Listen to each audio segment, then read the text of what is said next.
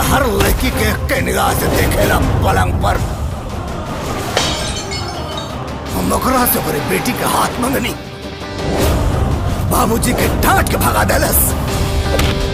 आज दुनिया से भगा देलिया हम।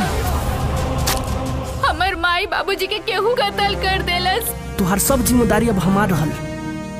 हमरा से शादी करबू? जवाने बानी तू जवाने बोला ऐसे कहिया ले हटबू। कितना लेबू तो पटबू, कितना लेबू तो पटबू।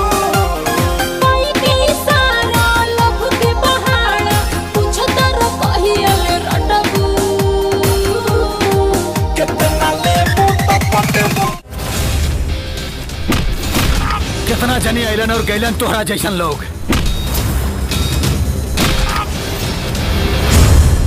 हमके तरह से प्यार हो गया था। प्यार?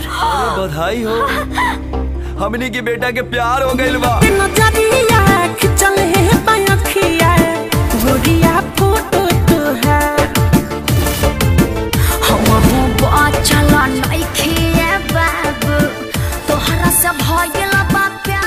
अरे काहू पुजारी के पीछे पड़ल बन। मिलते नजरिया खिंचल है पयखिया गुड़िया फोटो तो है। सही में मिलते नजरिया। देसी घी कुकुर के हजम ना होला।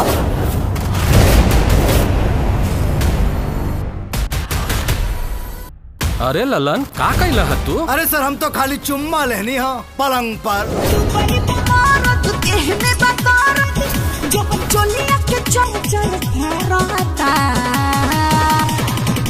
भतार खाली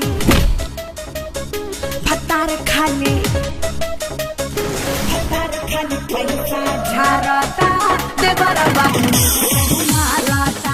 ललन नाम है हमार, एक नंबर का कमीना है।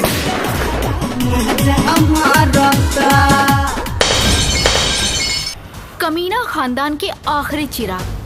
जितना भकभकाए के बाद भकभकाला। एक दिन ऐसन जगह फूकब ना कि फुका जाइबा।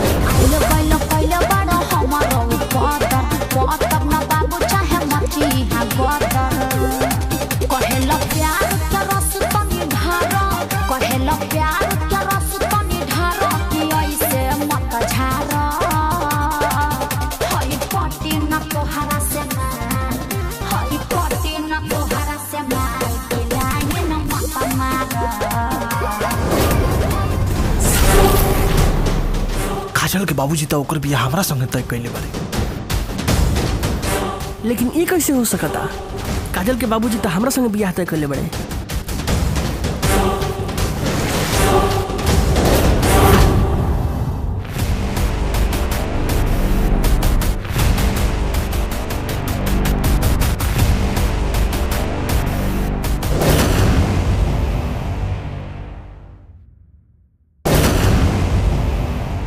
तोहरा जवनिया के बूती सटा कोहरा में तोहरा हम सोती।